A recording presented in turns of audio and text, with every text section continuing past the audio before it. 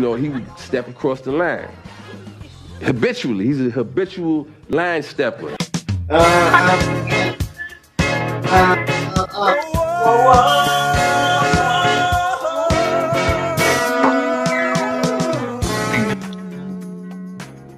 What it is, man? What it do, baby? Welcome to the Habitual Line Steppers podcast. I'm Garrett Langley Henson. And I'm Terry, part of the Change in Second. We're coming all live at two different locations. Y'all don't really need to know where they are. Another one. I thought those checks wouldn't be too great. We out here, son. You know where I'm at. Raleigh, baby. Newly acquired. 6-month homeowner over here. I'm out here in Queen City. I'm not sure what city Raleigh is. Like what is the Oak City. Oak City. Yeah. We got Oaks, son. Well, way to do it big. We have a great show for y'all today. We're going to be previewing the Western Conference of the NBA following our Eastern Conference preview that we did. Yes, sir. So y'all can kick off your new season and your new year with us, and you'll know what to watch for. So with no further ado, Terry, why don't you start us off? We're starting the same way with the worst team in the West and going to the best. Let's do it. 15-1, baby. Counting down to the new year when we count down these fucking shit-ass teams. Cheers, baby. Cheers to the West. There you go. All right. Who's the worst? All right, let's see what you're going to say about these. So you had the East Coast, I got the West Coast. So starting off at number 15 in the West Coast, the worst team. This is a very easy one. We ain't even got to talk long about it. The OKC Thunder, a.k.a. Baby Seattle. You don't even have to analyze that shit. Like, they're bad. Well, the funny thing about them is they're probably going to be worse by the end of the year, too. Because anyone on their team who's like half worth of shit, Presti's going to some future second-round pick swap type of deal. So if you start getting too good, he's going to get you up out of there, too. Oh, it's definitely going to be the worst. It's done. Like, the motherfuckers are horrible. All they got is, what's his name? Fucking Shai Gilgeous-Alexander and Lou Dort. And hey. There's like, what? Go ahead. My boy, Pokuševski. This 7-foot white string bean who plays shooting guard. Hell nah. He's trash. Let me just look, man. If SGA, Shai Gilgeous, is he one of your best players, you're not going to do shit. Less than 20 wins predicted. Easily. With a 72-game season. God, they're bad. They bad, bro. Everybody else in the West is good. They're shit. Was like Sixers, though, back in the day. Like, the Sixers. Hell yeah. Nah, they're fucking bad, man. Like, you got no retort for that, right? They're 15, definitely, right? They're the worst. They gotta be. Yeah. They got nothing to play for. They got a first-year head coach. Like, it is what it is. They're done. Only 2 players on their team are starter quality. And that's Dort and Shai. And no one else on the whole team is good enough to start anywhere else in the league. I mean, yeah, they have like some good vets, but I wouldn't say they're like starters in the league. They're definitely people that you can put in a rotation, but definitely they'll get flipped by the end of the season to a team that more. I can tell you. No doubt on 15. That's an easy one. So we can go ahead and skip up to 14. So at number 14, Garrett, Minnesota Timberwolves. Hey. Yes, sir. Power forward. We got the power forward. So, what you think about Minnesota at 14, man? I think that's definitely accurate. That's where I see them finishing as well. The Russell Towns pairing on defense has been an unmitigated disaster so far. Trash. I don't think how adding a rookie who's going to play 30 minutes a night into that group is going to make them any better on that end of the floor. Yeah. Anthony Edwards, time will tell whether he's an NFL player or an NBA player. We'll see. Right now, I tell you what, they could probably use like Jimmy Graham or Tony Gonzalez or something like that. More position. Shit, fuck it. They can bring back Antonio Gates. They need something. They can bring back lying ass about his age. What's it, old dude thing? Oh, Shabazz Muhammad. Shabazz Muhammad. Yeah. Assalamu alaikum, Muhammad. Huh? I said Assalamu alaikum, Muhammad. Yeah, we'll like him,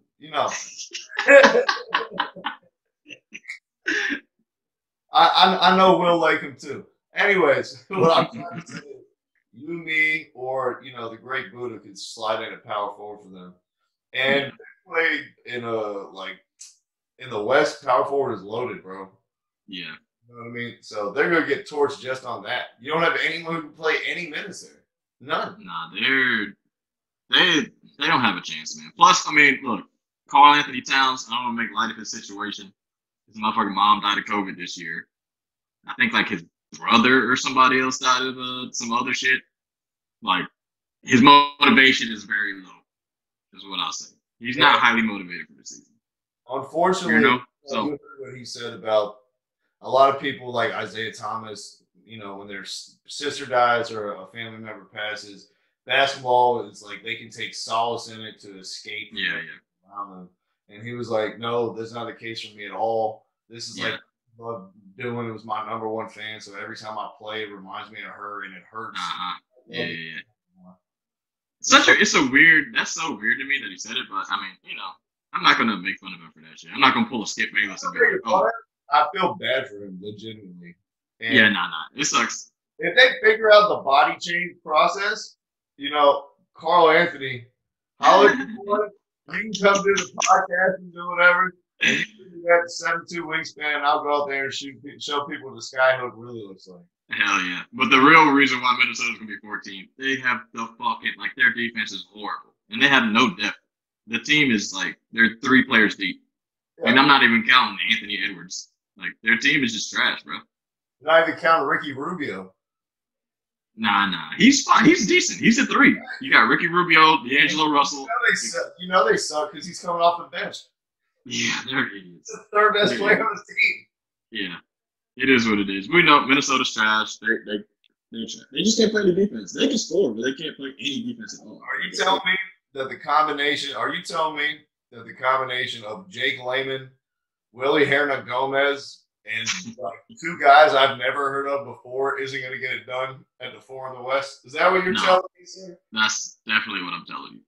Okay. If you start in Hernan-Gomez, or if he's anywhere near your basketball team in any capacity of basketball, you're definitely not going to win. It's over for you. First of all, I'm just upset that we keep jumping conclusions with the Hernan-Gomez shit. First of all, it's about to be 2021, guys. Nobody has any idea what type of pronoun he's picked for the start of his name. So consider that when you refer to him. Yes. He's going to be Willie Danon Gomez. They ain't got no job, man. Yeah, he's done. Unemployment check having us. I know he's done. I hope anyways, you get a receipt for your PS5, homie, because you might want to for the extra cash. Hell yeah. So, all right. 15 OKC, 14 Minnesota, 13 Golden State Warriors, baby. Golden State. What you think about that, man? Kent Bazemore, the bench god, is back. Back where he belongs, waving towels, shimmying around. This team sucks. When Klay Thompson went out for the year, their prospects of being legitimate went right out the window. Yeah. Kelly Oubre is missing a synapse in his brain and constantly making poor decisions. He made it. He was 1 for 25 on threes to start this season. It's only been 5 days, guys. Just to let you. And look, so generally we wanted this to be a preview, but we didn't really have a lot of time to do shit. I didn't want to base my shit off of any of the games, so I didn't pay attention to anything yet. Well, all I know is, that shit is bad. 1 for 25 on outside shots is that's ridiculous. You're shooting blind. You're not even opening your fucking eyes. You're just throwing that shit up at the basket, son. Well, it's a good thing that we drafted him and traded him to the Knicks for Tim Hardaway Jr. Somewhere else. I think it was the Wizards. Look. Oh yeah, you got Jerry and Grant out of the deal, so we all yeah. Look, he'll get better, but right now that shit's atrocious. They can't fill in for Klay Thompson. Klay Thompson's a fucking all NBA player, bro. You know what I'm saying?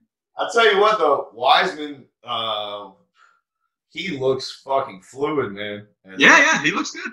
Did you see that block that he had and then the Euro step flush? Mm-hmm. I was like, that's kind of Giannis-y, my guy. Now, Wiseman's a monster. But the main reason why Golden State is going to be down below is because they, like an underlying theme of all the bottom teams, can't play defense. They are like one of the worst defensive teams that you're going to watch this whole season. How many games is Draymond Green going to play this season? I don't know. I mean, if they start the season off shit, he might not play again much this year. I don't know. 50 games? You think he's going to play 45? It depends if they want to make the playoffs or not. I don't know what they're not making the playoffs. I don't think they're going to make playoffs. Even if Draymond comes back in his prime, they're not making the fucking playoffs. It's not happening. They can't play any fucking defense. They can't guard 16, bro. They suck. They suck. They got Jordan Poole playing a bunch of minutes. Yeah, true. They did something that no other team in the whole NBA did. Is that they looked at Brad Wanamaker last year on his time with the Celtics and was like, we need some of that here. Yeah, that guy. Who's that little short guy running around the court shooting threes? One guy who every time I watch him, I'm like, how is this dude in the league? Yeah, dude. The offseason signing. He's got that, like, Marcus Smart mentality of, like, I probably should be on this court. I'm going to shoot this ball. And you're just like, you shouldn't be on this team. Don't shoot the ball. What the hell are you doing? He shouldn't be in the G League. Keep the G League spots for someone who can develop it. Keep at least a 7-foot guy who can't dribble, who can jump out the gym. Like, shit. Oh, my God. Yeah. I'll take anybody else besides him. He's fucking trash. Well, that's another reason why they're going to be third worst team in the West, Terry. Yes, sir. So 15 OKC, Minnesota Warriors, now number 12. Maybe it might come to a surprise to you. The Sacramento Kings. Sitting at that 12 spot. What you think about that, my guy? Are they going to play fast this year? 2 years ago, they were under Dave Yeager. They almost made the playoffs. They're running that thing. They got super athletic guards in Fox and Halliburton. If Luke Walton lets him let this thing rip, and they play just like up and down like a college team, they could be a fun league pass team. Yeah. But that's ultimately all they're going to be at the most is a fun league pass team. So, I mean, at the moment, like the Halliburton pick was a great fucking pick. But the main reason why I have them so low in the West is because of fucking Luke Walton. If they switch coaches like mid-season, which they might if they're really bad, I can see them coming into like the 10th spot and going in like the playoff seeding or whatever, or the little playoff games to get in for the A seed. But Luke Walton, I don't fuck with him. He has players that run super fast. He makes them play slow. In LA, he made LA play slow, and he had Lonzo Ball and LeBron. And I just don't understand. Like, he doesn't get the personnel on his team. And Randall, whose best attribute is getting the rebound and then pushing it up the floor. Yeah, I don't know what he's doing, man. I mean, I like their roster, but it's just, is Bagley going to stay on the court? Who knows? If Fox raises his game, maybe. Buddy Hield is still disgruntled. And then you got Halliburton and Fox. I don't know if they can play together. You know, they're kind of the same type of player. So, I don't know. I got him at 12, bro. Who's playing 5 for them right now? Rashawn Holmes? Nah, Harrison Barnes. Oh, you said 5? Yeah. Ooh, I think it is Rashawn Holmes. It's Rashawn Holmes and Bagley, Harrison Barnes, Buddy Hield, and Darren Fox. I'm a big Rashawn Holmes guy. I've liked his game for years. Yeah, I like him. You're not making the playoffs in the West with him starting at center. Yeah, nah. Well, they had I can't remember who they played the other day. I think it might have been like Portland or like LA or somebody, or the Clippers or some shit. And Rashawn scored like 25 or something like that. He didn't miss any of those little floaters, but like he's not a great player. He's not a good player. He's average at best. He's a league average player who just no one's known of because he was on the Sixers. That's all. But again, this is what we keep saying. Like in the West, if you're deficient at one position, you're fucked. That's all it takes. Yeah. Everyone is so competitive and so good that if like you didn't build a team out the right way, you're not making the playoffs. Yeah, nah. That's the thing though, but like their team, their thing is they don't have a deep team, and defensively they're really bad.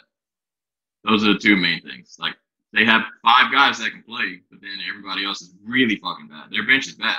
So if you don't have a good bench and you don't play good defense, you're gonna find yourself at the bottom every year. Yeah.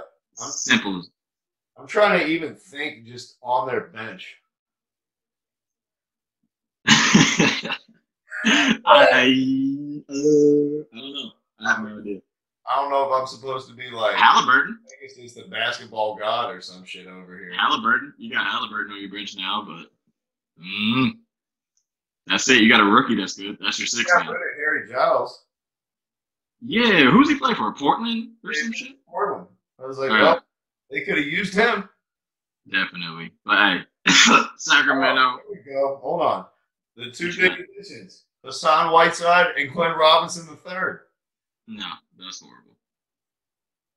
That's horrible. I don't even think I've seen Whiteside play this whole fucking season. All they're going to do is Whiteside is going to play just well enough to keep Rashawn Holmes on the bench. That's a good thing they had going. Yeah, I don't even know if he's like playing. I think he's hurt, and that's why Rashawn's playing. But honestly, even if he comes back, I'd be like, you know what, Hassan, you can just come off the bench, man. I already know what you've been doing. You've been doing it for years. Yeah, you're good. Get in the game, block some shots, sit the fuck down. Yeah, but ultimately, you look at this roster, and nobody scares you besides Fox. Fox is good, but yeah, and then like if you still got stock in Bagley, that's up to you. But I'm good. I don't need to see any more Marvin Bagley. I know what he can do. Not much. 16 points a game, 18 points a game, maybe. You know what I'm saying? 20 if he's having a great night. I mean, let's see if he can stay on the court first. Right? That's the main thing. So he's good. And then you're talking about only offense. You know, has he even learned like basic defensive stuff in the NBA? Nah. All the head screens, like all this time out. Does he even understand like how to switch a defensive scheme mid-game? No, he doesn't. It's gonna really fuck him. He doesn't, and then the main reason why is because fucking Coach K had to play a zone because that team was so bad at Duke. They were like, all right, I can't even play man-to-man. Y'all can't guard anybody. So that was incredible. I've never seen them like that at Duke until then. I know. Yeah, they'll never do that. But moving on. Speaking of some shit that's rare, speaking of tradition. Okay. San Antonio Spurs at 11, my guy. Ooh. Yes, sir. Just missing out. Just missing out on the playoffs. Yeah. What you think about San Antonio?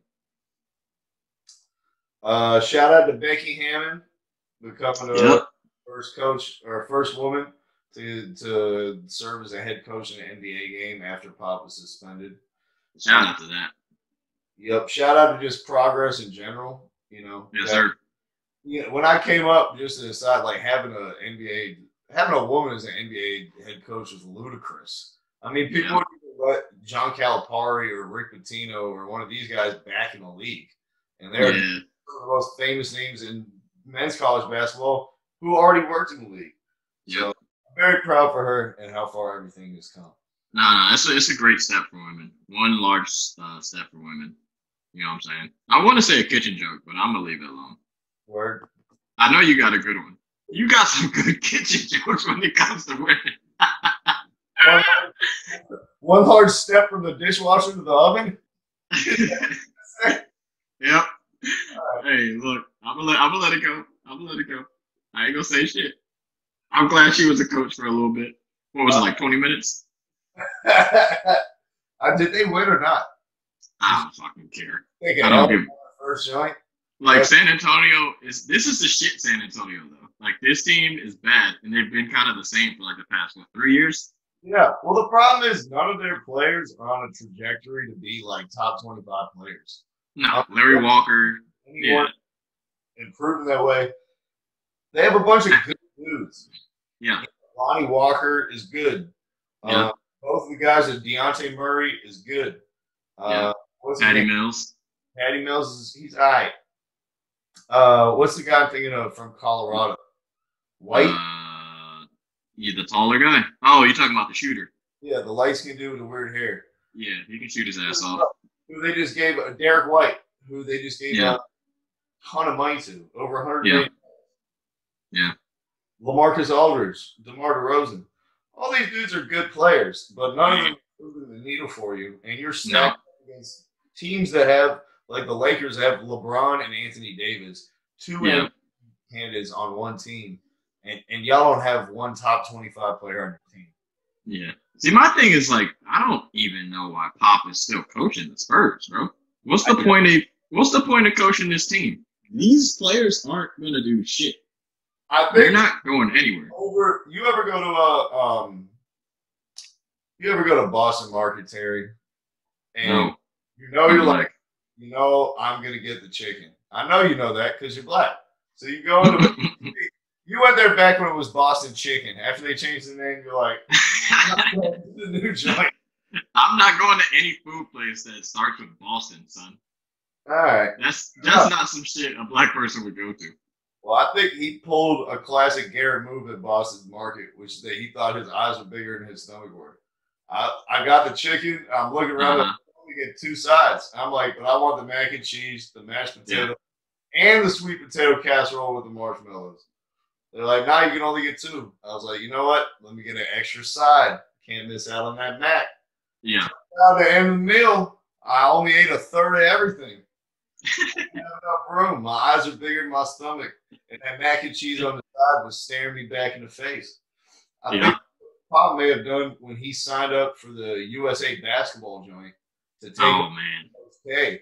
And then I think that they were like, if you're going to be coaching the national team, you got to be coaching somewhere. Mm-hmm. You can't just retire and coach USA basketball. You might be right. Stuck with this, shitty team. Scrubs. Son, the Spurs, literally, like, if you just split these guys up into different teams, the team that they go to would be great. They're like 9 role players and no stars. Yeah. They're all fucking role players, bro. Like, this shit's crazy. It's the most Spurs things ever, because forever people talk about how they just find these fucking guys out of nowhere. Boris Diaw when he was fat as hell, Tiago Splitter, Ginobili Parker, Patty Mills, Aaron Baines, all the freaking guys. Nah, I mean, Pop is a great coach to even get like this team to fucking 40 wins. Even to get them close to making the playoffs is fucking tremendous. But this team sucks. They're not going to do shit. But at the same time, he's such a good coach. It's like they're not going to be worse than these other teams that are below. I do know. I agree with you, buddy. They're probably going to be one of my least watched teams in the entire league. They've been a bottom team for me for years. Them, the Bulls, and the Magic, I think might be the 3 I avoid this year.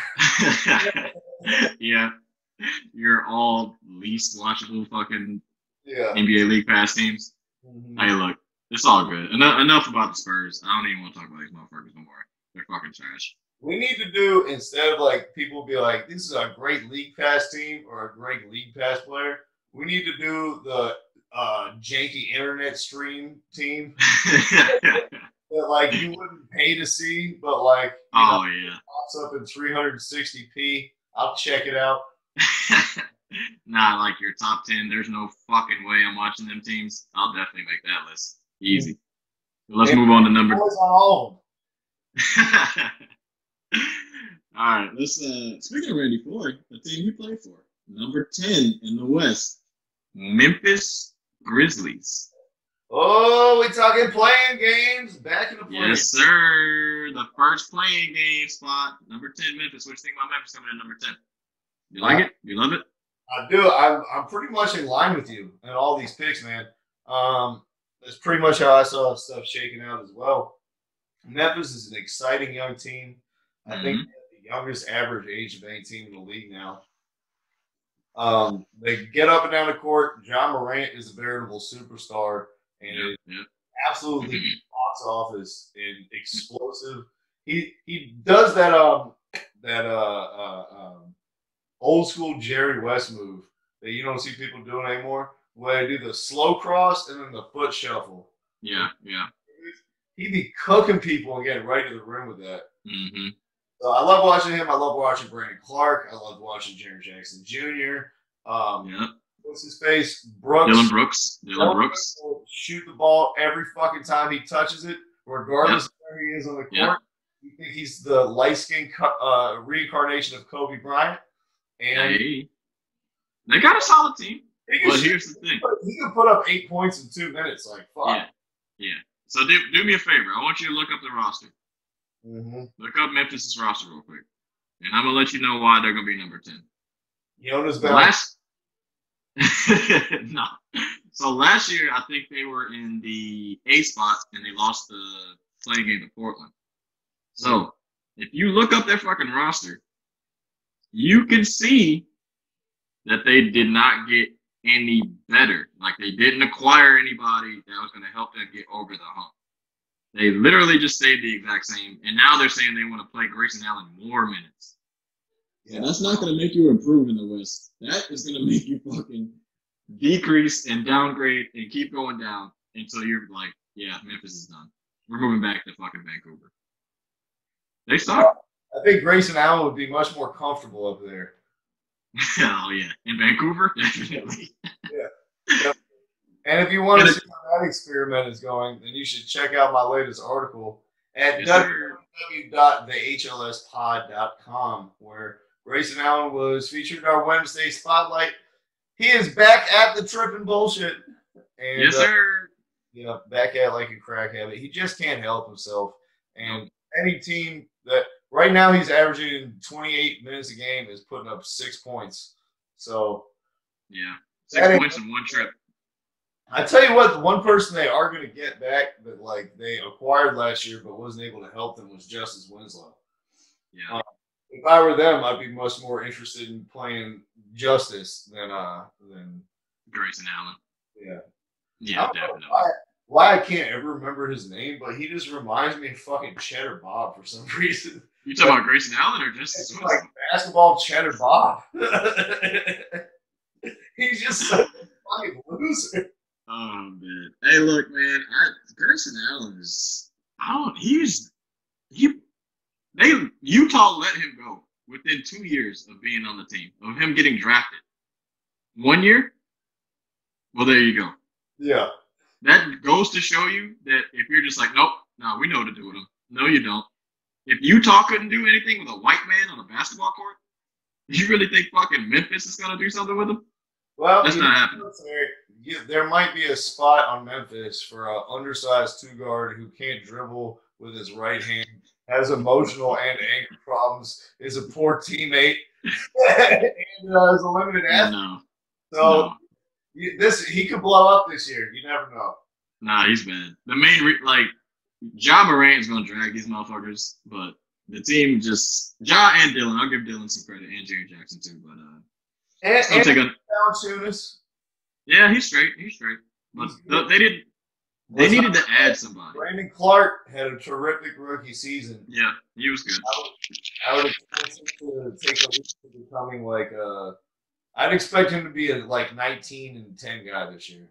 Yeah, but they just didn't add anyone, and all these other teams in the West added people to make their team get better. You know what I'm saying? Everybody at the top tried to make themselves better, and Memphis stayed the same. So, number 10 for me. Who was their draft pick?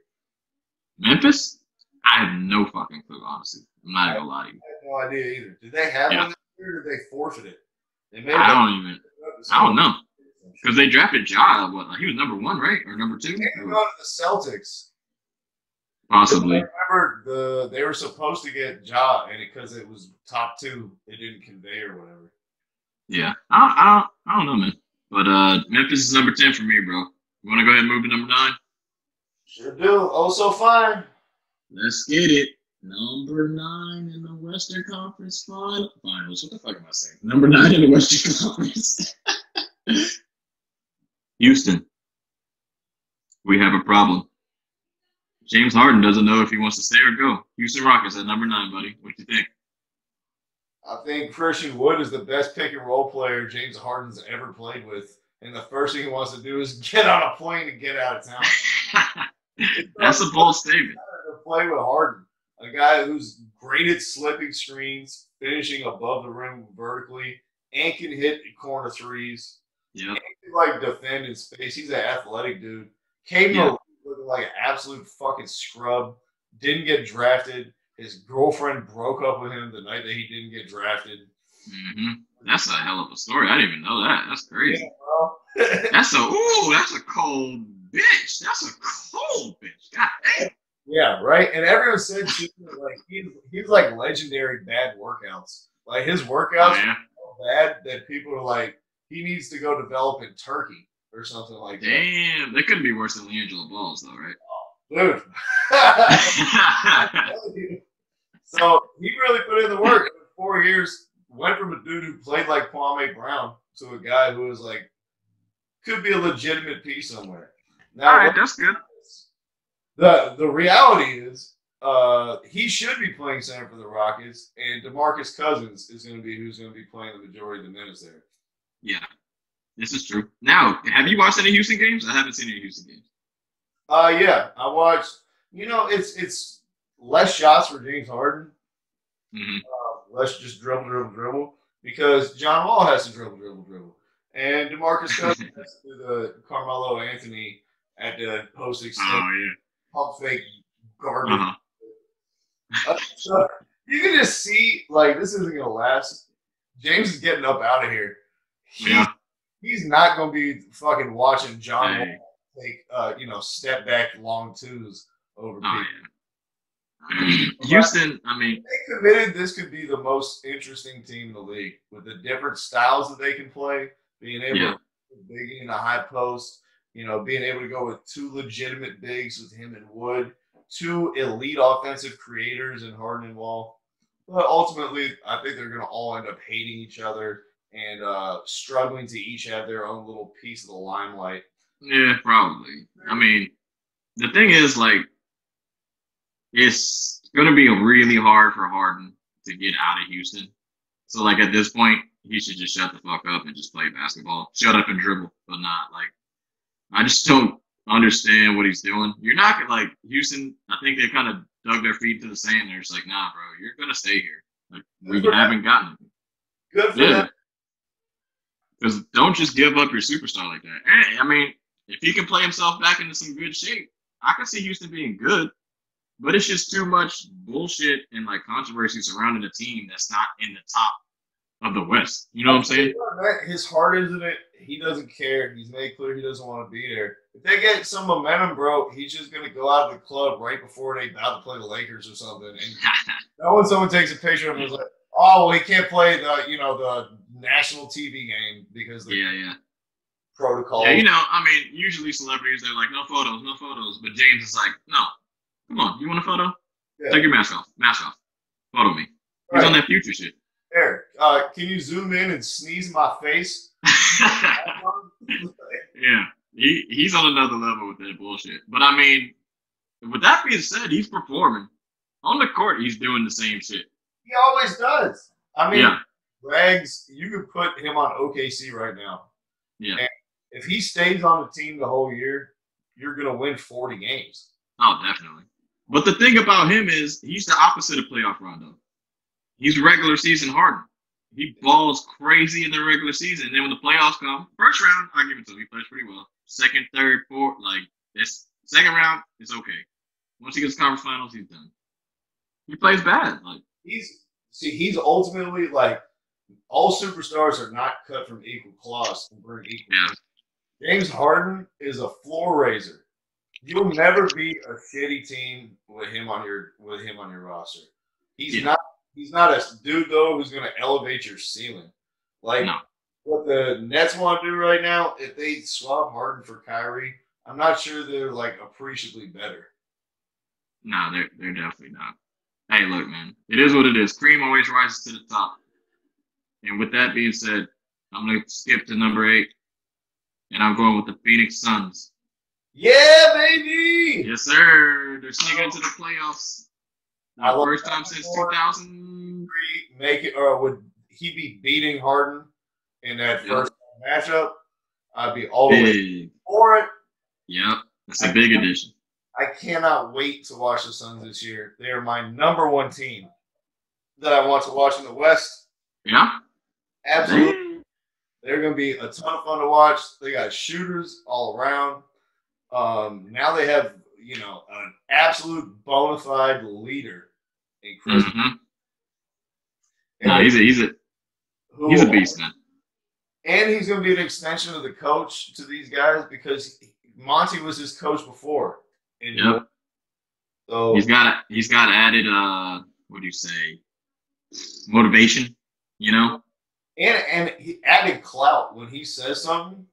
Like he's really just an extension of the coach talking to the players wearing a uniform. Oh yeah, true.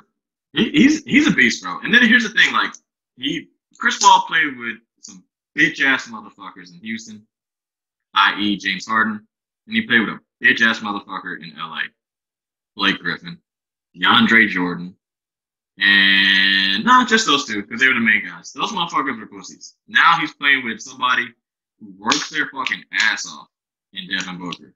He don't take no shit. And I'm really excited to see what they're gonna do this year, bro. I am as well. I have two questions for you about the Suns. Yeah. One, who's the best point guard that Devin Booker ever played with on the Suns? Ricky Rubio? Yeah, I would say so too. Yeah. Who's now coming off the bench for the second worst team in the league. The Minnesota Timberwolves, yeah. For 2 years, he played alongside Tyler Ulis, who's fourth. Oh my God. And, you know, he wasn't even that good at Kentucky. Yeah. Nah, So, he's going from really like bottom of the barrel, shitty point guards to playing with a point god. Yeah, he's playing with a top 5 point guard of all time. My question now is this has got to be a make or break season for D-Book. He may have as much pressure on him as any player in the league who hasn't won a chip before. Because he's expected now to elevate his game and to lead these guys in the playoffs as their best player. Yeah, this is true. It's the guy who hasn't made an all-star team before, who hasn't been in a big moment in his entire career yet. So, with the bubble being the biggest moments, and they went 8-0. So I'm very interested to see whether when the real bright lights are on, whether D-Book can step up, and if they make the postseason, what he looks like in that, because it's a whole different ball game. Nah, true that, man. And it's precedented on 2 things. Is Chris Paul going to stay healthy the whole year? And we want to watch the development of DeAndre Ayton. Now, if DeAndre Ayton is really good this year, you have a legitimate big 3, then you can do something. Because in the NBA now, it's all about duos. And if you got 3 always beats 2. That's easy fucking math. Then you got a good team. But they're new together. Chris Paul, he's pretty good, but he's old as fuck. So we'll see how it goes. I don't know. I got him at 8, but they might make some noise. I tell you what, they're going to be at their best. Getting the best out of Ayton does not include a bunch of post-ups, bro. Oh, no. They don't need to do that. If you got Chris Paul. Ayton should be, punishing mismatches. Not just dumping the ball down there and being like, hey, number 1 pick, Mr. Hakeem Olajuwon 2.0. Why don't you go show me some stuff?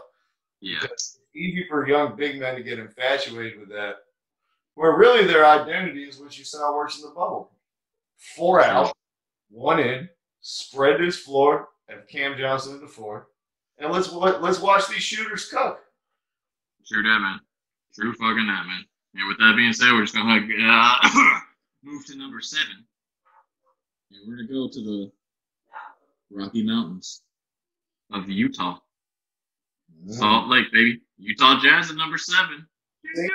Daddy. They should have been changed their name to the Mormons or some shit. They don't play any fucking jazz. What the fuck are you doing? It's so dumb. What do you think they should change their name to? What is in Utah? Like some arches or some shit? Utah Mountains. Fucking, I have no idea. That would be a good one, bro. What? The Utah Wind. Utah Wind? Yeah. That's all they got out there, I bet. I know they got wind in Utah. They got wind. Salt Lake. Maybe they should just change it to the Salt Lake City somethings. You know what I'm saying? Something with fuck Utah. Just do some Salt Lake something. Why don't they really try to one up LA and be like the Utah Great Lakers? Oh fuck. Yeah, you want to talk about something salty? The Lakers should be fucking salty and shit, bro. That'd be great, though. I could fuck with that. I could fuck with that. So, what you think about Utah at 7? Another team that didn't do major, additions in the offseason. They kind of stayed stand-packed, but they still have a solid team, though. What do you think about Utah at 7? Well, we didn't see Bogdanovich in the bubble, which was like the big addition to their team last year. Yeah. I feel like we never really got a clear picture of who they were, especially with Conley struggling so much throughout the year. And then he was hurt a lot last year. For a guy who's been so solid his whole career, I definitely didn't see that coming because he started acting like he didn't know how to play basketball anymore. It's weird. It was really weird. I felt like he was hurt and they didn't say anything. And he's too prideful of a dude to say nah, I'm hurt and I can't play through this year. Because he plays through a lot of injuries. I just think he was kind of hurt. He didn't seem the same. Did he seem like the same Mike Conley? He was doing a lot of the stuff that you don't see veteran players doing. The jump mid-air without a plan in the lane. Oh, yeah. And I just try to do a bailout pass to somebody. Yeah. You don't see point guards who've been in the league 10 years doing that shit anymore. So you would think you got more production out of Mike Conley than you would get with fucking Ricky Rubio. You know what I'm saying? It was a downgrade for sure. Yeah, it was a definite downgrade. So they retained Jordan Clarkson, who's just off the bench, get me a bucket. Can't do anything else. Yeah. See, that's the thing for him though. He's good in Utah because they gave him a legitimate role, kind of similar to what he was doing with the Lakers. Just go out and score. I don't want you to do anything else. Just give me some buckets when you're on the court. That's it. So that's cool for him. It's all about the elevation of Donovan Mitchell. Yep. And secondly, can Gobert stay on the court in the playoffs? Gobert is fine, but every time you see him in the playoffs, I mean, now it seems like they always get caught up in the Rockets, but he gets blown off the freaking floor and is unplayable. Now they just gave him $250 million, so you're going to want to hope that for the next 5 years, a dude who's worth 40% of your salary cap isn't unplayable in the playoffs. Worst contract in NBA history. It's not even close. You need to do, we need to do some research, and we need to fucking write down the worst contracts in NBA history. And the Gobert shit, it's got to be the fucking worst. That Big Country got the max. Yeah. Joe Johnson got the max. Nick Batum got the max. Oh, Bismack Biyombo got he got a decent amount of money. He got a lot of money. One game in a playoff series. But the thing about the Gobert shit is the league isn't big. You know what I'm saying? And he can't stay on the court when teams go small. If you're a great big, if the team goes small, that's easy fucking money. But for him, it's oh, damn, I'm fucked. He can't score on someone that's 6'1". This shit's ridiculous. For a dude who has the highest standing reach in NBA history, you'd think that he'd be able to punish smaller players right next to the rim, since he doesn't have to leave his feet to be 3 inches away from it. Yeah, this shit's crazy. His reach is taller than Taco Falls? Yeah. Or when Gobert came to the league. I'm not sure if okay. But he broke the record when he came to the league. His arms are stupid long. Yeah. But this is one of those teams that is not interesting to me. And because it seems like they had a real opportunity to do that Gobert trade that I talked about. Yeah. Pick up their roster, get some flexibility, get some supplementary ball handlers to go along with Donovan Mitchell, so he can attack actually going downhill, catching the ball. Mm-hmm. He's not the one initiating everything. Yeah.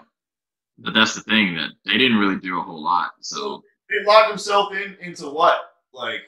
Happy being the 6th seed, 7th seed each year? Congratulations. Yeah, they've been doing that. You're now the Josh Smith Atlanta Hawks. So happy. But no, I don't even know what to call them, but the Great Lakers. The Salt Lake Great Lakers, baby. Yeah. All right, so number 7 is Utah. Number 6, Garrett. Who do you think it's going to be? Who do you think it's going to be? Or the Clippers? Number 6, New Orleans Pelicans. I forgot that we haven't even said them. This is yes, sir.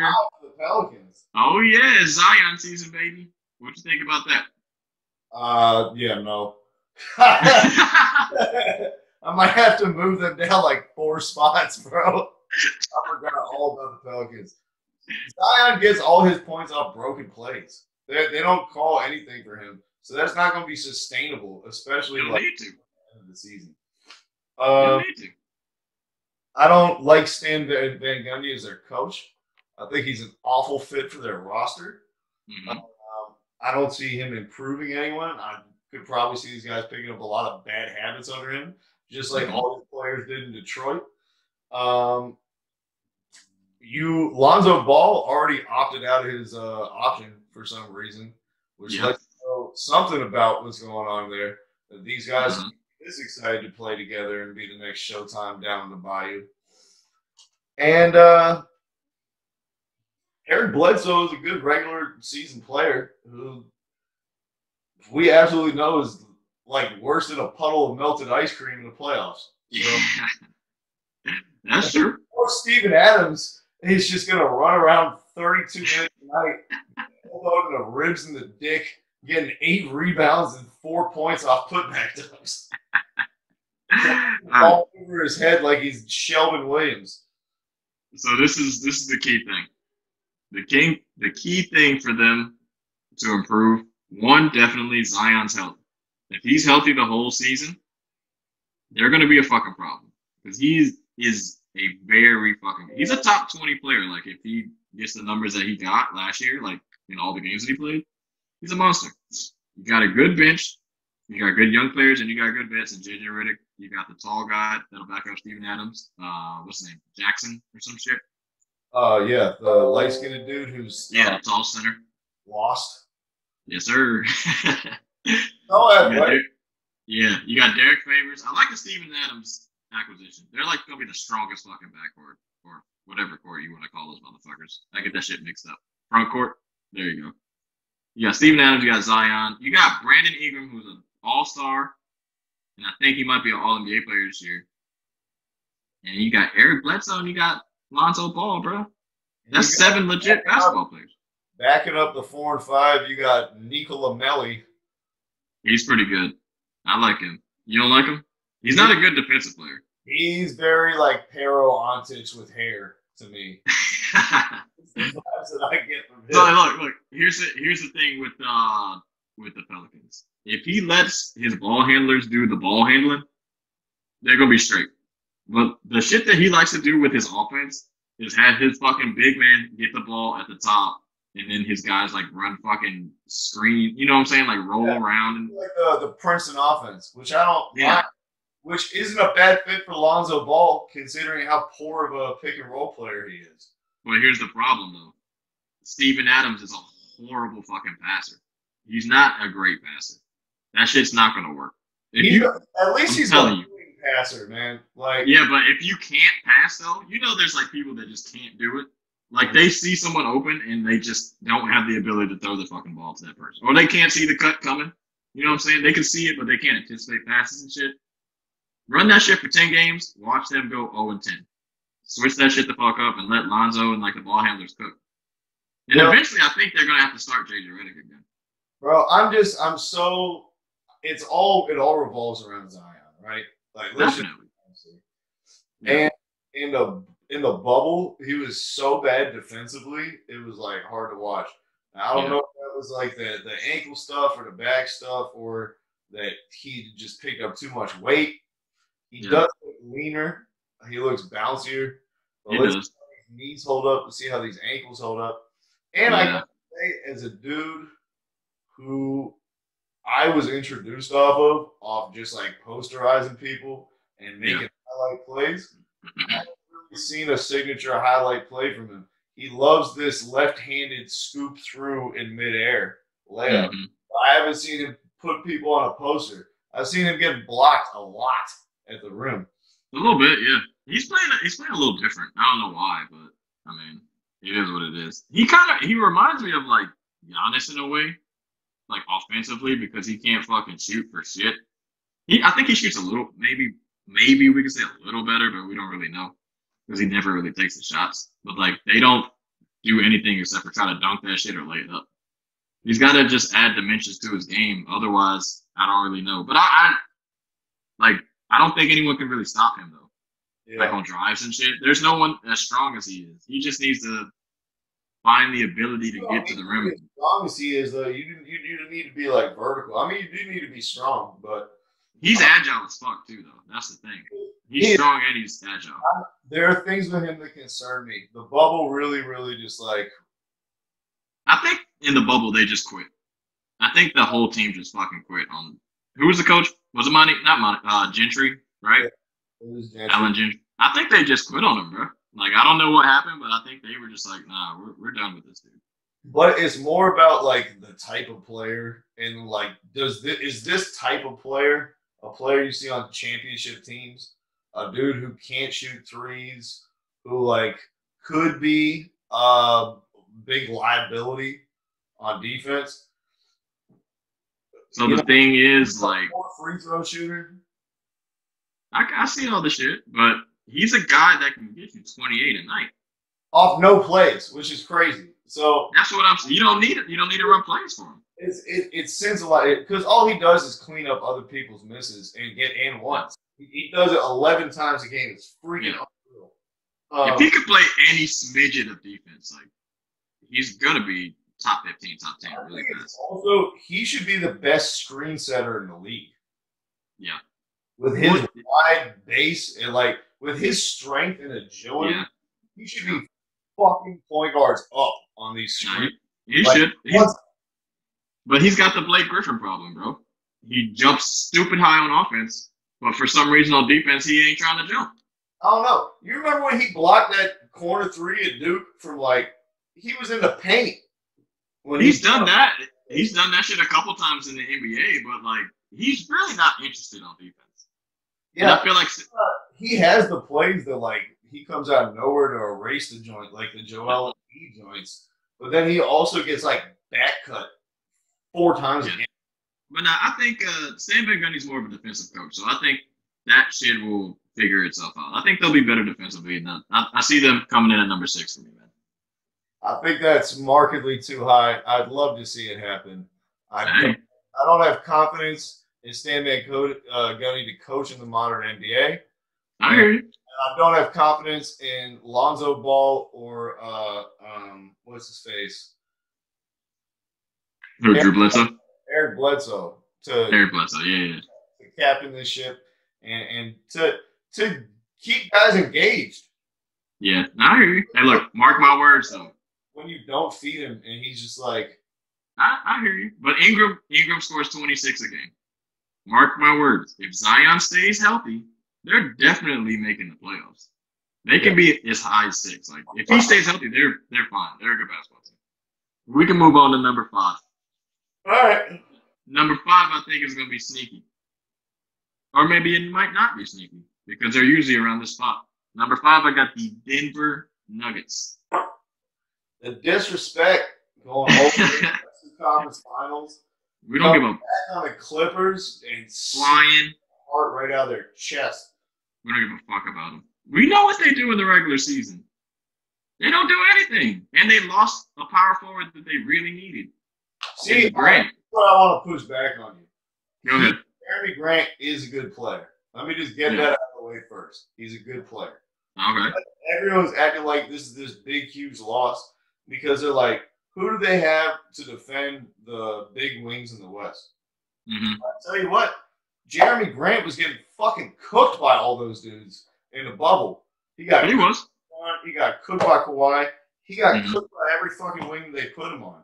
So people are talking about him like they just lost, some great defensive stopper like fucking Bruce Bowen or something like that. Yeah. This key component. He was a dude out here who was getting cooked like everybody else.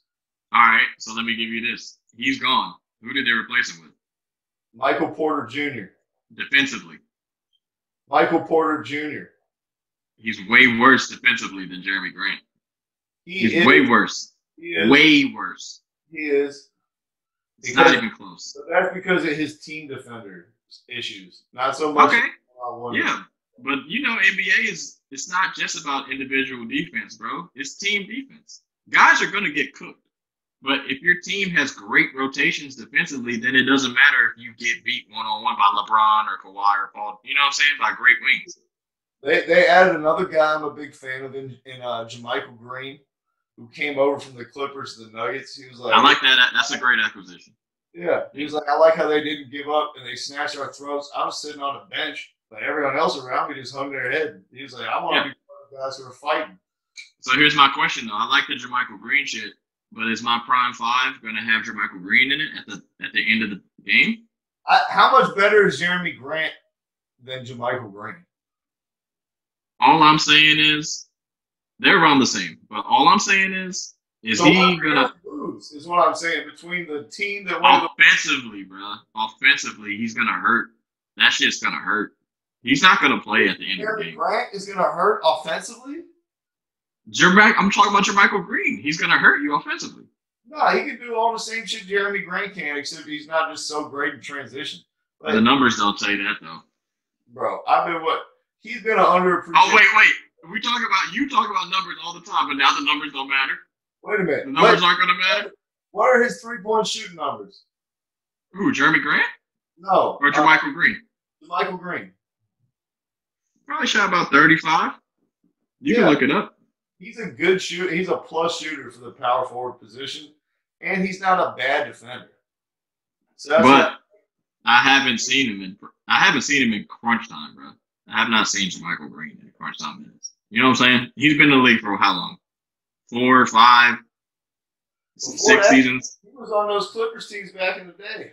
Yeah, like he's been in the league for a minute. You know, like if there's not a lot of. Memphis, I'll tell you that much. Yeah, but there's not a lot of players where like they've been in the league for 7 years, and then like in that 7th year, we're like, oh no, we've unlocked him. Like this is the guy. No, that shit doesn't happen, bro. He's a grown ass man by now. If you don't want to work hard to make yourself better, then you're not gonna be fucking better, bro.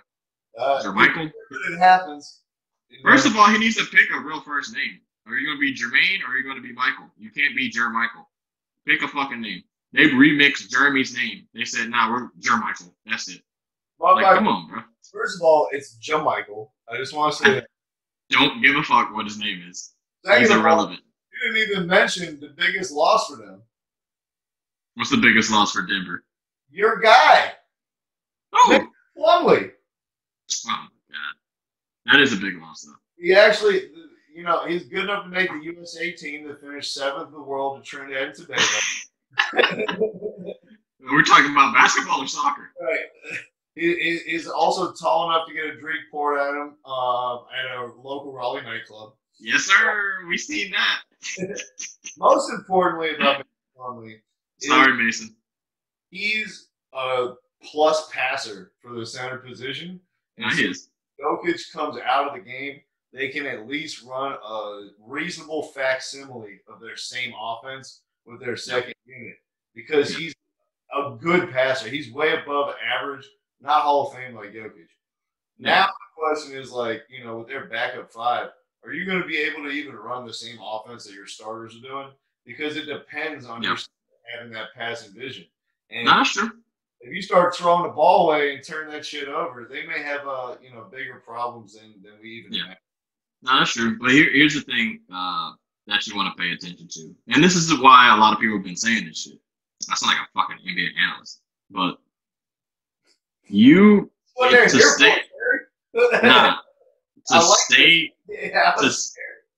listen. To stay at the top in the West, we always talk about wings. You got LeBron. Lakers just won the championship. And you got Kawhi. You need to have players to be able to stop those 2 guys from scoring. And they legitimately lost the guy that they put on those motherfuckers. Now, we said he did not stop them from scoring. But somehow Denver beat the Clippers. So, hey, look, if you want to say Jeremy Grant wasn't playing no defense on Kawhi when he went fucking 0 for whatever the fuck in the second half, say whatever you want. But I saw some good-ass defense. That's all I'm saying. Yeah, I'm going to say he got cooked. I'm going to say Ask Paul George and Kawhi about Jeremy Grant, and they ain't gonna say much. Nah, they are. It wasn't because of Jeremy Grant. Nah, they just choked. You can look at his like defensive plus minus in the playoffs. It's fucking awful. Like it's really bad for a dude who's supposed to be a defensive first guy. Hey, look, Michael Porter ain't gonna stop him. That's all I'm saying. And Jermichael Green's not gonna be playing, bro. He's not gonna be playing. Fucking a solid team defensive scheme. That's what they're gonna have to do. That's true. Double team and recover without the ball is ultimately, and they're gonna have to hope Gary Harris grows 3 inches or something. No, that's not happening. That's not happening. But we can move on from Denver. We don't want to get. Junior, I mean, like you have to also. Last year, first season plan, only like a year removed from back surgery. I don't think it would be. In fact, I would anticipate an improvement in his mobility and his agility and his dexterity, especially on the defensive end of the court. You know. Well, I didn't know that you got your. I didn't know you got your MD in bodily movements. Shall I say kinesiology? Hey, well, you know that I broke my back in high school, so I'm very aware of back afflictions and how much. All right, so you and Michael Porter got it. Yeah, okay, Yeah, and I like him too. All right, moving on to number 4. Number 4, Dallas Mavericks. My guy. Okay. What you think? Could be higher. They're going to be a super fun to watch offense. Mm-hmm. Luka is the betting favorite for MVP, and although he has not looked good in the first 3 games this season, I'm willing to bet that he plays himself into shape, James Harden style, and is in scintillating form come the playoffs. They get Dwight Powell back, who's one of the league's best rim runners. Great player. Not great. He's a really good player. You get Porzingis back, who's an optimal fit next to Powell and next to Luka Doncic. Mm-hmm. They replace Curry with a reasonable facsimile in their rookie, Tyrell Terry, who is projected to be an excellent shooter and passer. And they have a great young core with Maxi Kleber and a bunch of shooters around. And didn't they just re-sign your guy, Trey Westbrook from Michigan, to play on the Knicks? Jalen Brunson. No, that's not what I'm talking about. Who are you talking about? But they got him too. Who are you talking about? Trey What's-His-Face, who played on Michigan, who was on the Knicks. Oh, you talking about Trey Burke? Trey Burke. Yeah, they got Trey Burke too, who's playing well for them. Yeah. He's straight. He's straight. Here's the thing with Dallas. So Luka just has to do too much, bro. That's the main thing. Like, he just has to do too much. And we're always worried about Porzingis staying fucking healthy since he's been with the Knicks. I like the Terry thing. I like the Tyrell Terry pick. That's a great pick. But is he as good a shooter as Seth Curry? No. Josh Richardson. I like the pickup. Defensively, I do like the pickup. But is he as good a shooter as Seth Curry? No. Do you still have Tim Hardaway Jr.? Yes. But is he as good a shooter as Seth Curry? No. Well, he's not consistent. Last year. Yeah, he's not consistent. Also, I like Powell, but he's coming off an ACL tear. So it's not going to be like the same Powell that we're going to get used to seeing. Yeah. And I like Kleber. I like Kleber too, but it's just too much responsibility on a young player like Luka. And if he gets hurt, they're fucked. Well, I'll tell you a couple things, right? He didn't have the luxury of having for a portion of the year last year, which is getting JJ Barea back, who's like, talk about taking pressure to create off Luka. Barea has been off the bench wizard for them for free. Cal Brown. I can't believe he's so good every time I watch him. Yeah. Cal Brown Jr. Yeah. Cal Brown. Right. So they got him. He's definitely going to relieve some stuff. That's almost like a new signing. And then I think Richardson is a really great fit next to Luka in a way that Curry wasn't even, and they kind of replaced Curry and just add Richardson into the fold. Yeah. As a guy who can defend the best perimeter player. Richardson can also like dribble and run a pick and roll, and he could hit an open shot. But you want him to be the secondary creator. You don't want him to be like how he was in Philadelphia when they're spot up shooter basically, or just spot up. They just like vacillating before they had Jake Milton. They're basically running Jay Rich out there at point guard. So it's going to be a much happier for them. Yeah, but the thing for me about Dallas is, I could see them finishing higher. I mean, possibly. I could also see them finishing lower. Here's the thing about Dallas: they didn't dramatically improve. They didn't dramatically improve like defensively. Mm-hmm. Last year they were a fucking sieve. Like the shit was shredded cheese. You could just go through them like it was nothing. But offensively, they had the best offense in NBA history. So it was like tomato. But you lost a guy that spread the court for him, and you didn't get guys that were like good scorers like that.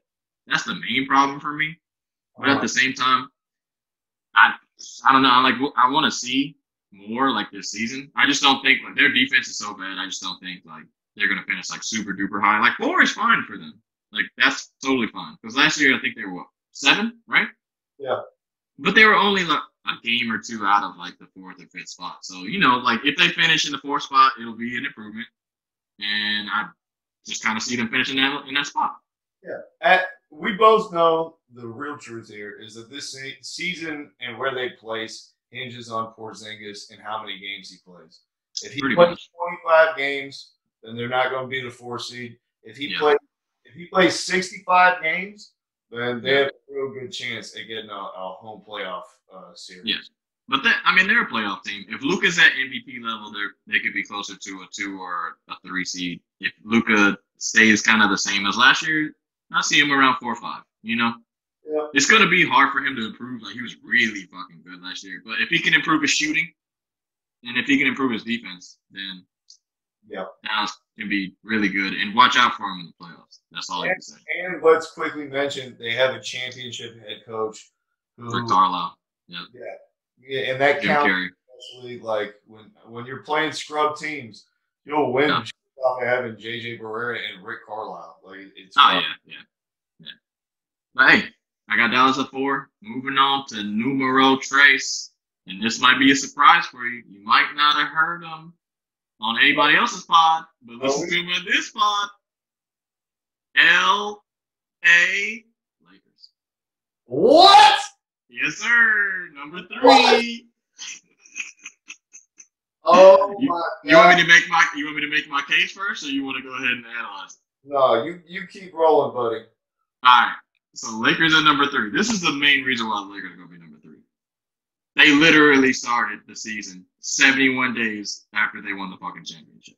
LeBron just turned 36 a couple days ago on December 28th. He's the best player on their team. Anthony Davis is a beta player. He follows the lead of LeBron. If LeBron is chilling, AD is chilling. If LeBron's not playing hard, AD's not playing hard. Main fucking reason right there. I don't give a fuck about your acquisitions. The bench, all right, they look okay. So do we still have questions about Montrezl Harrell playing defense? Yes. Who's the backup center for the Lakers?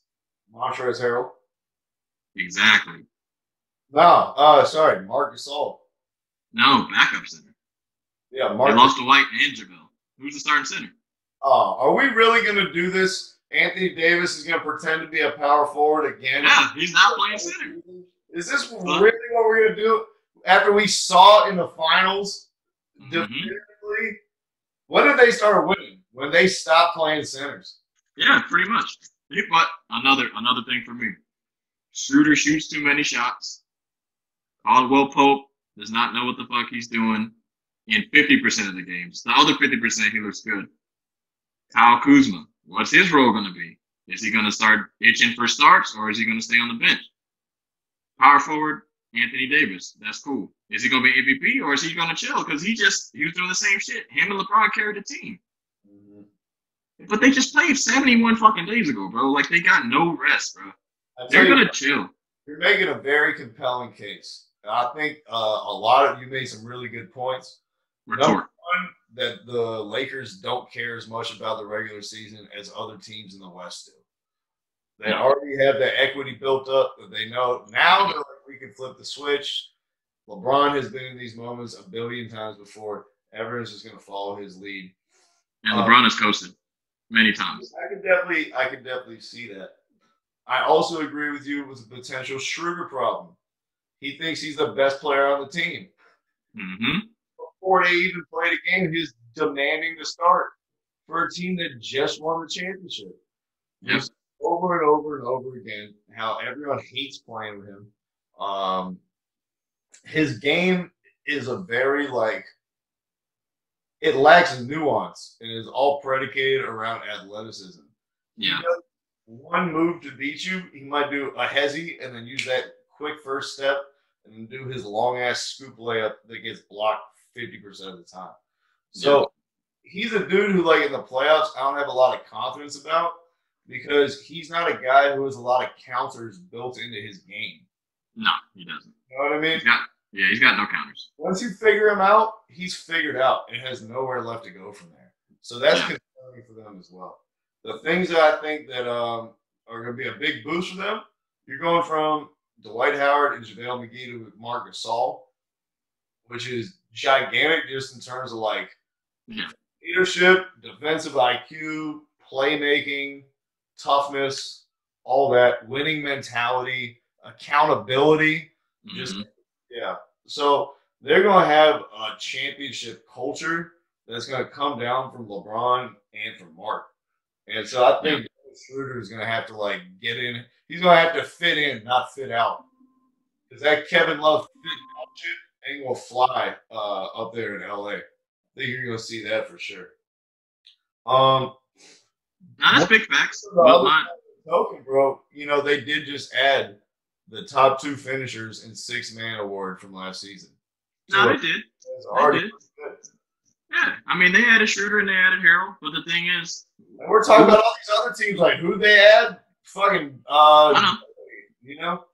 I know. But what was the top plus-minus duo in minutes played, with a minimum type of thing for the Lakers? Alex Caruso and LeBron. And what does Schroeder do? Takes away minutes from Alex Caruso. Yep. Now, I think Caruso should be the 5th starter. Get Gasol up out of there. Make him slide AD to the 5 and put Caruso at the 2. I think so. The thing is, I think they will end up doing that shit later in the year, but there's no urgency for them to be a number 1 seed. You know what I'm saying? Basically, this is just a list of what the finish is going to be for the regular season, my guy. Yeah. You know what I'm saying? You're absolutely right. I think you made a great point, and I think a lot of people could overlook that. Also, baked into that is the fact that the 2 teams that you've omitted needed much, much more bloodthirstiness, especially the Clippers, who acted the Lakers. They acted last year like the Lakers about to be acting this year. They already got to the promised land and they can just flip a switch and start dominating. I think they need to prove to themselves throughout the regular season that they can actually do it, and then they're that team. Yep. The other team, the Blazers, they haven't been even regarded as a legitimate threat to win the championship since Bill Walton was there.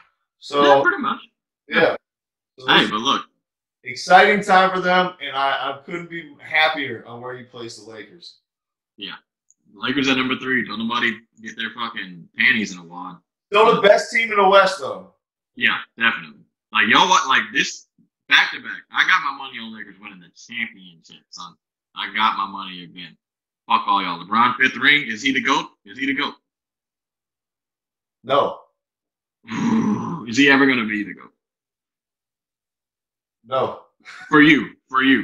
No. I already told you. For me, I said if he got one more, he's GOAted. He's not But good. I couldn't do it. He needs another one. Not goaded. But we don't want to talk about that. On to number 2. We got 2 more left.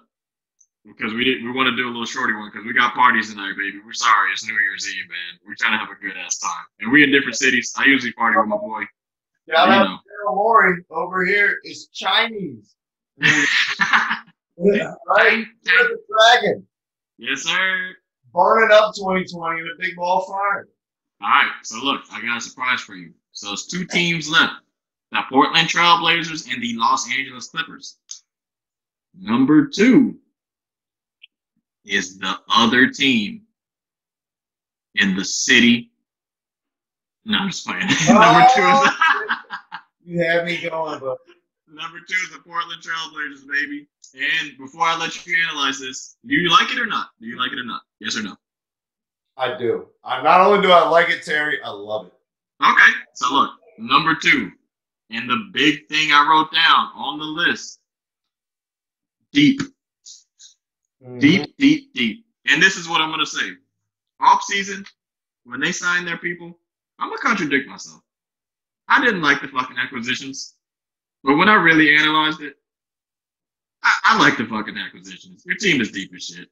You got a deep-ass team. You got like 9 legit NBA players. It's not not to say. Regular season, your offense is fucking going to be amazing. It's just going to be crazy. Defensively, I'm worried.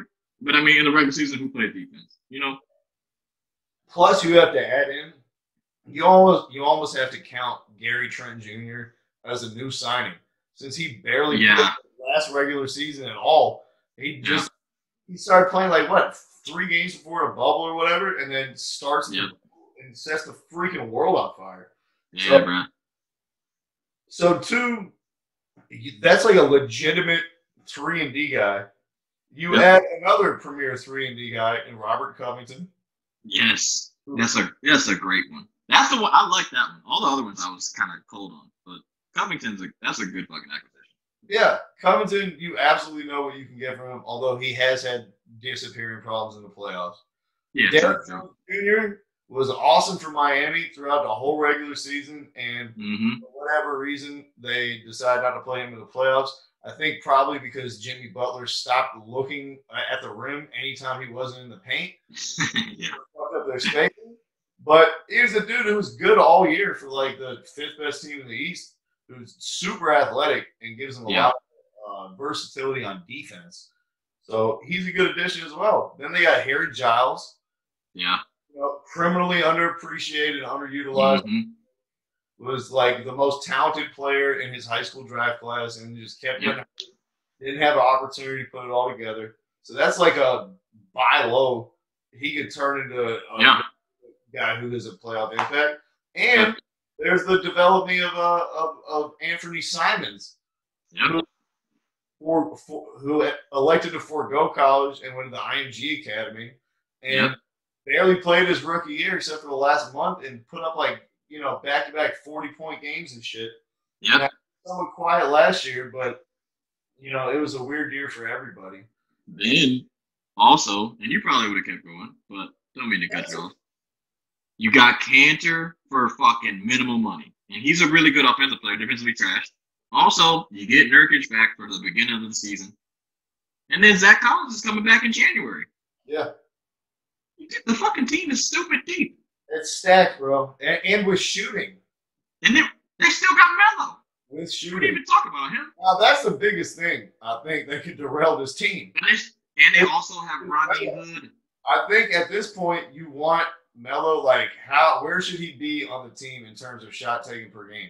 Last year, he was like 3rd or 4th, even though they signed him off the scrap heap. This year, if they're to finish as the number 2 team, he needs to be somewhere closer to 7. Yeah, definitely. Or 6. So we'll see how that goes, but like it might not be that big a deal because you got Covington, you got Rodney Hood, you got Simon. Cause problems. Like I think he realized after being out of the league, like where he fits in, and that like he's gonna have to do the Vince Carter thing and be a good role model and be a good mentor for these young guys. Yeah, just get in where you fit in, Melo. Get in where you fit in. But this team is stupid. Trailblazers upcoming. Yeah.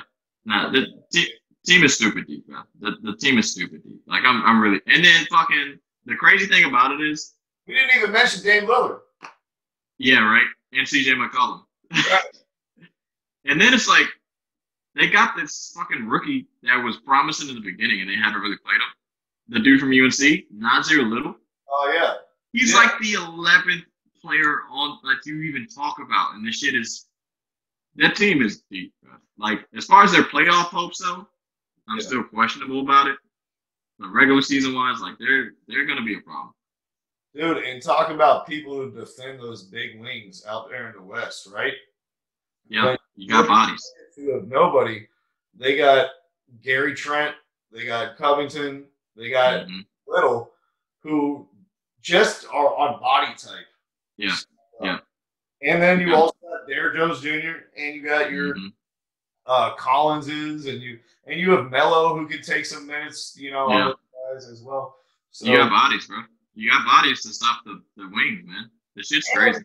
And don't underestimate the impact of this. They got rid of Hassan Whiteside from their basketball team. Yep. So everyone's happier, morale on the team through the roof. Yep. There's a lot more of rebounds to go around. Yep. I think these guys are going to be an exciting bunch to watch. All right. So the big one for my New Year's countdown list for the Western Conference, LA Clippers, baby. LA Clippers, the hungriest team in the league. They are the hungriest team in the league. They need it. They want it. They got to have it. DJ Flex, drop a ball on them. What do you think about Clips coming in number one, man? They have no point guard. I like it. Be the devil's advocate. Go ahead. What do you think? I think 48 minutes of Reggie Jackson and Patrick Beverly is going to be a tough ask. You're going to have Pandemic P play more as like the backup point guard ball handler. Can I combat that? Huh? Can I combat that? Yeah. Cleveland Cavaliers with Tyronn Lue. One. Matthew Dellavedova. Even though Kyrie was the guy, but he wasn't like the main ball handler. I mean, they had LeBron, but they had this great point guards and shit on the back end. Yeah. Continue. They got to the finals with that, but they didn't end up doing anything ultimately. But if the Clippers' main thing is to make the Western Conference Finals. Like I know they want to win a chip, but at least make it to the Western Conference Finals. My thing is Ibaka is a better postseason player than Montrezl Harrell and a worse regular season guy. He's not going to accumulate wins against the shittier teams as much by just feasting. I hear you. The point guard position is an obvious problem. Mm-hmm. I do like the fit of Kennard with them as a ball handler. I like the fit, don't like the money. Yeah. Well, there's no reason to assign him to an extension before he plays a game with you. Yeah. There's no market for him. You had the restricted rights anyway. No one was under your head or the feet to your fire, and no one in the league was checking for him. So it was a curious decision. Yeah. I tell you what I am all the way here for, though, and that is Hannibal Lecter mask Kawhi Leonard. After he bit through his whole mouth, you see what they have fixed him with, bro? Yeah, yeah. What did he go out and do? Oh, what did he do? I don't know. I missed it. I didn't watch. He dropped like 40 and tortured. They won. They beat the Mavs by like 50 points. Oh, word. Oh, they needed that, though. They needed to fuck them up. Yeah, yeah. After losing without Kawhi by 50, but we ain't going to say much. So I'm hoping this like turns into a permanent situation for Kawhi, kind of like Rip Hamilton. And I want him to win the fucking MVP, bro. MF Doom Kawhi and just like stops talking, period. Like if you I'm just the man behind the mask, right? Here's my thing about Kawhi. Here's my thing about Kawhi, right? Like, are we just gonna continuously let this dude just be a Hall of Famer? Like, we're going to say he's a top 20 player when he does absolutely nothing in the regular season? Are we only going to give a fuck about the playoffs? We can't just give a fuck about the playoffs. You motherfuckers got embarrassed last year. You need to fucking step up the whole season. I don't want to just see you manage yourself, like load manage in the regular season. Fuck that shit. You just show me all year that y'all coming for everybody's throats. Fuck all that stupid shit. Move from San Diego. Move your ass to LA. Stop being a little bitch. Paul George, you suck. But you need to redeem yourself too. Both of them, they were in the lab all offseason, bro. That's all everyone was talking about. The Clippers are shit. The Clippers are shit. And the fact that these expectations this year are way higher. Huh? And what did Paul George do his first game back? Pass the 35? Nah, first game they beat the Lakers. He scored 35 or 33, something like that. He balled out. I can't pick on that. He balled out that first game. But the Clippers got something to prove, bro. Like, they're not playing around this year. They got the honest roster construction. I don't remember a time in my life that a championship team was getting. Well, you know what? That's not true. I guess the last one to do it is the Chicago Bulls, where their two best players were two wing players. Yeah. Not a guard, not a big man. Both wings. Yeah. I can't really remember that being successful with this build, with this archetype of team for a long time. It's been a minute. We'll see if it works in the modern NBA. But, you know, one thing I always say is you need guys who can dribble, pass, shoot, and play defense. And I look on their team again, and I'll see a lot of guys who can do all four things, and that's scary. Yeah. Now you're right, but the thing is, like, the team is good, and Ty Lue is not taking any of this bullshit. You know what I'm saying? They're playing a lot harder. They're the most hungry. Yeah. They watched just for 72 days the world make memes about them, and everyone just roasted them continually. Me included. And I'll continue to make fun of Kawhi. Fuck Kawhi. I don't give a shit. And way off Pete. I love Kawhi. Kawhi's one of my favorite players. Yeah. But you know what? You got to play more games, homie. Yeah, bro. It's real cool being the superstar and getting all these concessions. And all that's fine when it's coming to, like, how many people you can bring on a plane with you and what type of amenities you get at the hotel. But you need to be planning these games, and you need to be, like, making a statement from the onset of the season. We're the top dog, and you got to go through us. Yeah. No, that's big facts on that one. And the thing is, for me, can I make the comparison? Is Kawhi Eli Manning? No. I'm just saying, though, like, only postseason, no regular season. Regular season, we don't give a fuck. He scores like 20. He scores like 25 points a game. I mean, it's not the same because Eli didn't miss any games. Kawhi missed a shitload of games. But you know what I'm saying, though. Like, I know what you're saying. But Kawhi also had that one season, that Zaza season, where he was. Yeah, on the greatest Warriors team of all time. He had about like 25, 26 a game that season. If that quad shit didn't happen to Kawhi. About 26 to 27 a game as well. Yeah, if he didn't have that quad injury and that ankle injury, we would really be talking about this motherfucker as one of the best players of all time. Yeah. Well, let's see if he can continue it. You know, as Phil Jackson says, things turn on a trifle. And, you know, you go from winning a chip in San Antonio to Toronto to LA in a span of 5 years in 3 different cities. I mean, that swings the narrative all the way back. And all the things that we were talking in 9 months can change that quickly. Yeah, but with that being said, they're just going to be number one in the regular season, and that's it. I don't have them winning the whole thing. That's it. So with that being said, baby, that's it. That's it, man. So that being said, y'all have to check back in 12 months then so you can find out what to look for on the next season's NBA preview. When we look back at the season and we wonder why that everybody missed the Atlanta Hawks winning the chip. Yeah, hell no. That's not happening. So 2020 was a wild year, y'all. We got the vaccines. The NBA had a bubble. The NFL, there's no fans anywhere.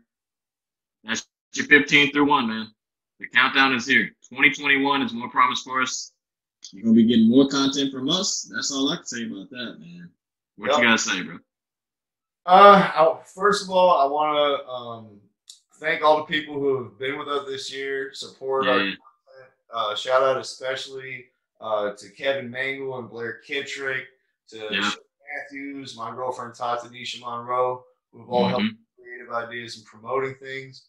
So all of our viewers and our listeners who have helped drive our content, commented on our podcasts or on our articles, who have been patient with us and enjoyed watching us grow in front of your eyes and get better at doing this. Every day, man. I'm thankful for those people. I'm thankful that you and I were able to make it out this year. You know, where man.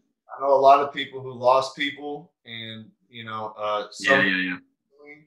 and so it's so great that we can have this space to be rude and flagrant and hilarious and talk about things that don't matter, like Randy shooting shots in garbage time. You know, there's so much real stuff going around. We really need to get a break. Yeah, no.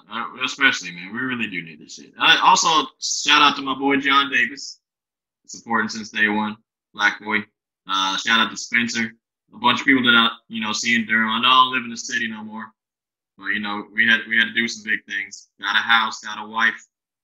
I got a lot of things moving. We got a lot of things moving with this pod, though. We got a lot of things moving with the website. We're not going to tell you exactly what we are, but we have added some talent to our organization, and we're going to expect big things from the Habitual Line Steppers in 2021.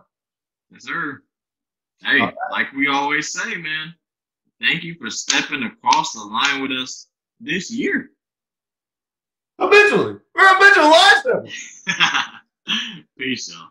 Thank you for listening to our podcast this evening. Thank you. You're far too kind.